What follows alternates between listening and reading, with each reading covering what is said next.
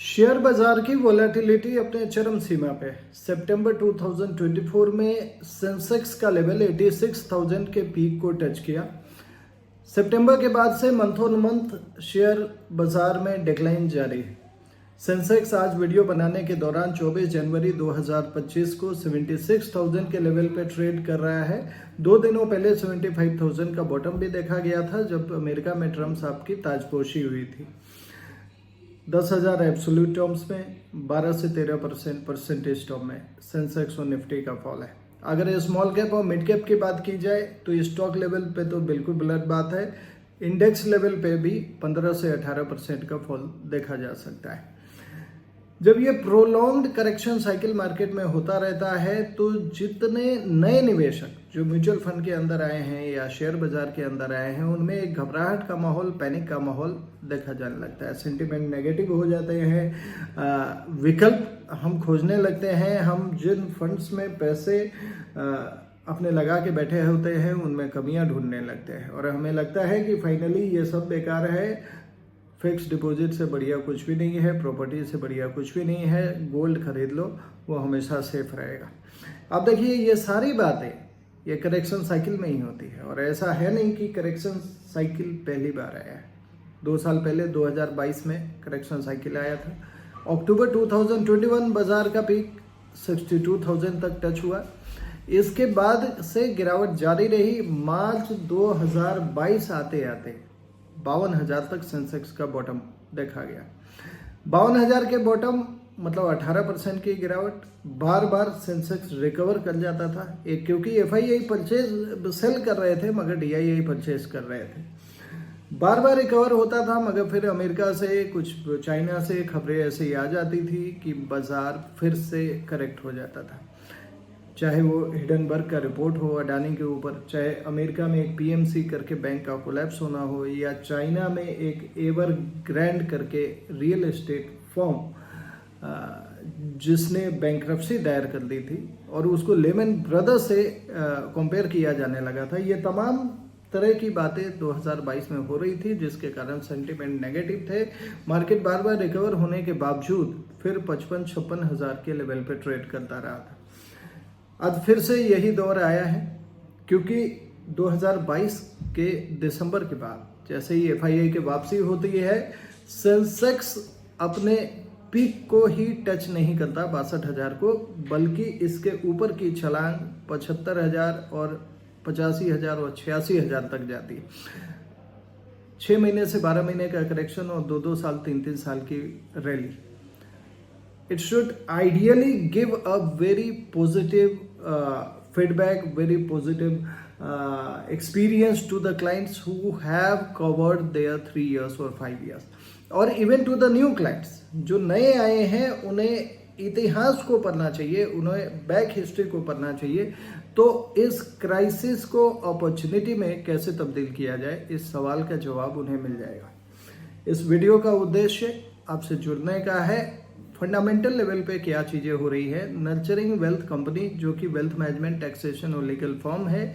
हम करीबन 400 retired families के लाइफ टाइम के सेविंग्स संभालते हैं। उनका पोर्टफोलियो डिज़ाइन करना, उस पोर्टफोलियो का एग्जीक्यूशन करना, उसकी मैनेजमेंट करना, रिव्यू करना, ये सब हमारे काम है। 250 करोड़ के असेट्स, 400 फैमिलीज, बहुत बड़ी जिम्मेवारी है हमारे ऊपर। और मार्केट के ऐसे माहौल में ये काफ़ी लाजमी होता है कि मेरी कॉन्वर्सेशन आपसे लगातार चलती रहे सो दैट आगे की दशा और दिशा आपको समझ में आती रहे। इस वीडियो पे एक 10 मिनट का हार्ड स्टॉप डालेंगे क्योंकि उतना ही कंटेंट परोसना चाहता हूँ जितना आप एक दिन में ऑब्जर्व कर पाए। फिर एक दिन के अंतराल पे हमारी बातें जारी रहेगी। 2 सवालों के जवाब इस वीडियो में आपको मिल जाएंगे कि ये मार्केट का करेक्शन कब तक होगा, कितना होगा, आपके फंड के वैल्यूज़ में कितनी गिरावट आपको देखने के लिए तैयार रहना चाहिए। और दूसरा सवाल कि इस गिरावट को हैंडल करने की क्या स्ट्रैटेजी है, क्या हम नर्चरिंग वेल्थ कंपनी में क्या वोलेटिलिटी को हैंडल करने की स्ट्रैटेजी अपना रहे हैं। तो बने रहिए, अगले 10 मिनट काफ़ी क्रूशियल हैं, आपका अनडिवाइडेड अटेंशन चाहिए।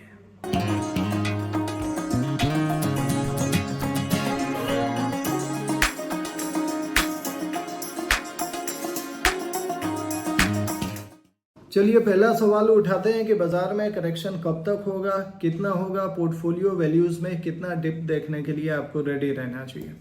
डायरेक्ट रेफरेंस अपने उन क्लाइंट्स का जिन्होंने हमारे साथ 3 से 5 सालों की यात्रा कर ली है। अभी आप देखिए, या तो आपने हमारे साथ 2019 में शुरू किया या 2020 में शुरू किया।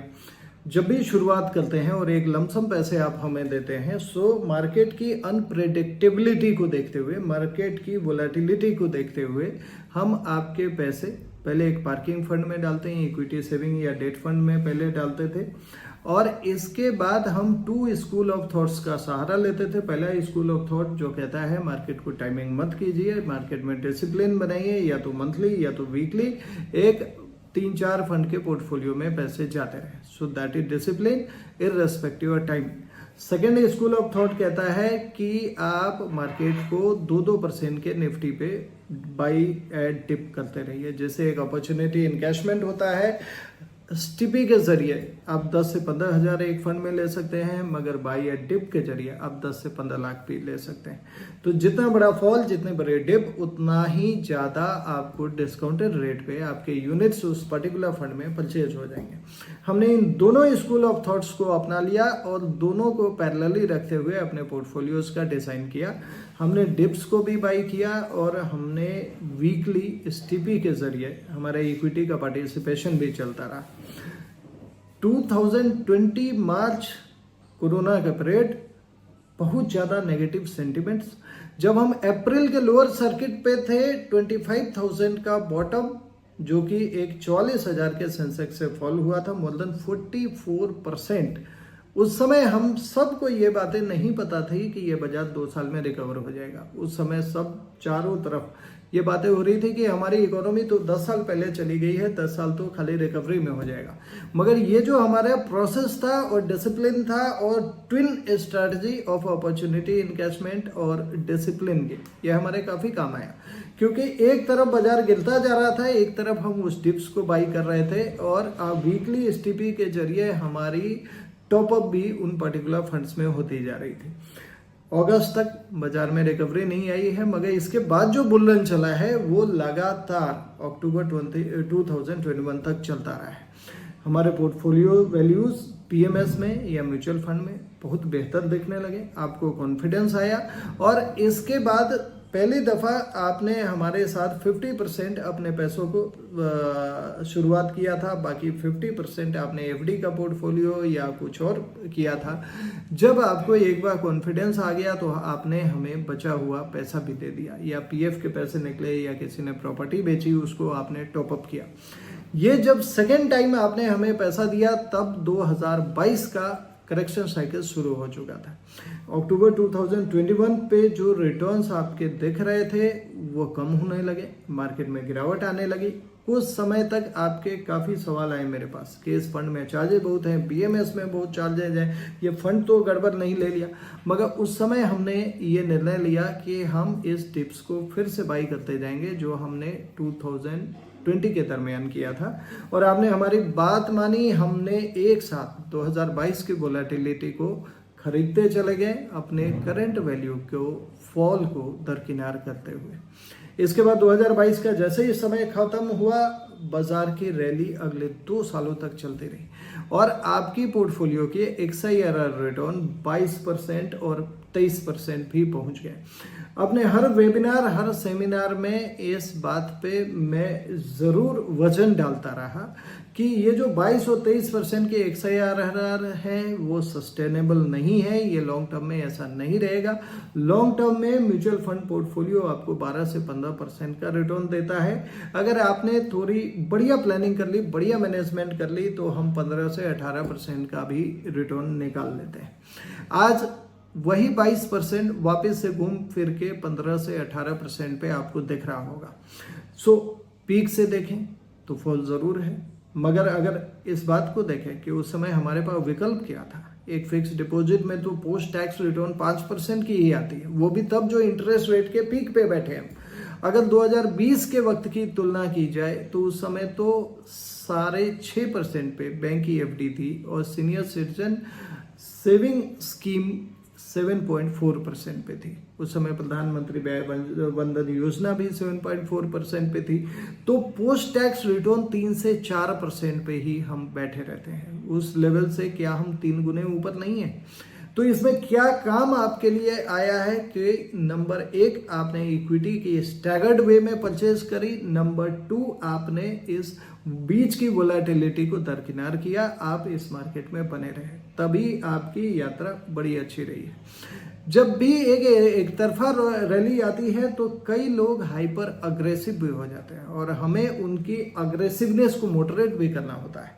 अगर आप हमारे 2023 के वीडियोस को देखेंगे या मेरे सेमिनार्स को अगर आपने अटेंड किया होगा तो उस समय मार्केट में क्या रेस चल रहा था, इसी के ऊपर सारी बातें होती थी और हम इस आकलन को पहले से लगा के बैठे थे कि जो small cap, mid cap, sectoral, focus equity, ये जो थीम्स है इसके अंदर एक बबल क्रिएशन होता चला जा रहा है और ये बबल कभी भी फूट सकता है। जनवरी 2023 के बाद से हमने अपने पोर्टफोलियो की रीस्ट्रक्चरिंग करना शुरू कर दिया। हमने तमाम जो बबल जोन वाले फंड्स हैं उनको स्विच करके जो अगले 3 सालों की थीम थी, जो बैंकिंग या फाइनेंस, मैन्युफैक्चरिंग या फ्लेक्सी कैप जैसे जो मेन कोर्स वाले फंड्स होते हैं उनको अगेन बाई करना शुरू कर दिया था। तो एक तो पीक वैल्यू पे एग्जिट करने से आपका प्रॉफिट बुक हो जाता है, आपका कैश रेज हो जाता है और आप सही बास्केट में जरूर आ जाते हैं।